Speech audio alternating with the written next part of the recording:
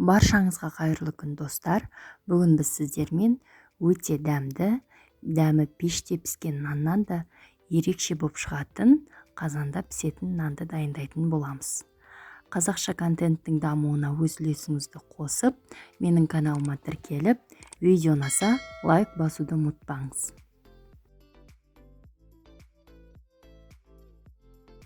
Енді бізге мынадай заттар қажет болады: 450 грамм ұн, ашытқы, 1 шай қасық қант, 1 шай қасық тұз, одан кейін 2 ас қасық сұйық май, одан кейін 250 грамм жып-жылы су. Суға 1 ас қасық ашытқымызды салып, одан кейін қантымызды салып, жақсылап араластырып, бетін жауып 5-10 минутқа қойып қоямыз.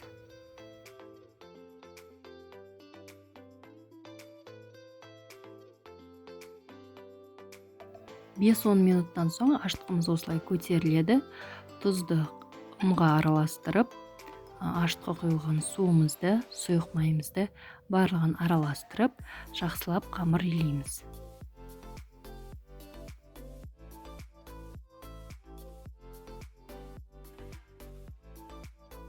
Қамыр илеуге су азғантай болса, кішкене су қосып жіберсеңіздер болады.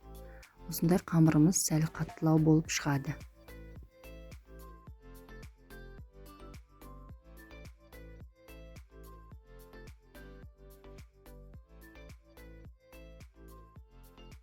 Қамырды илеп болған соң, кішкене сұйық май алып, бетіне жағып, бетін жауып 1-1,5 сағатқа жылы жерге қойып қоямыз.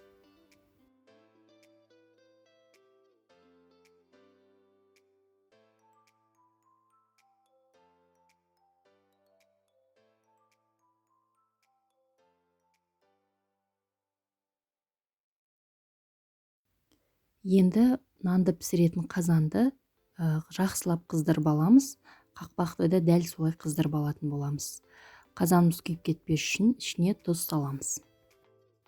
Мінекей қамырымыз дәл осылай көтеріледі.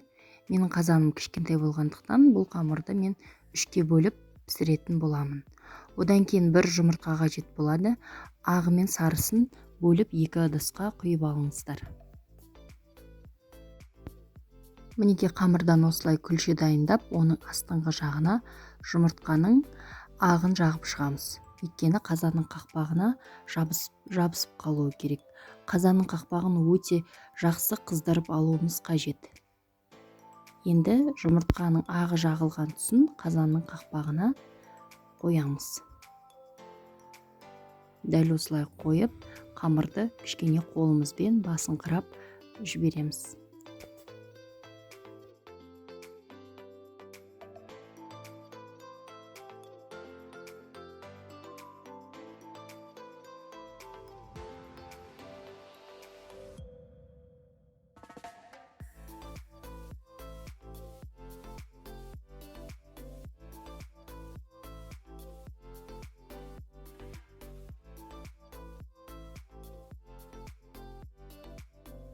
Бір ескере кететін жайт, біздің қамырымыз көтерілген соң, оны ешқандай да майламаймыз.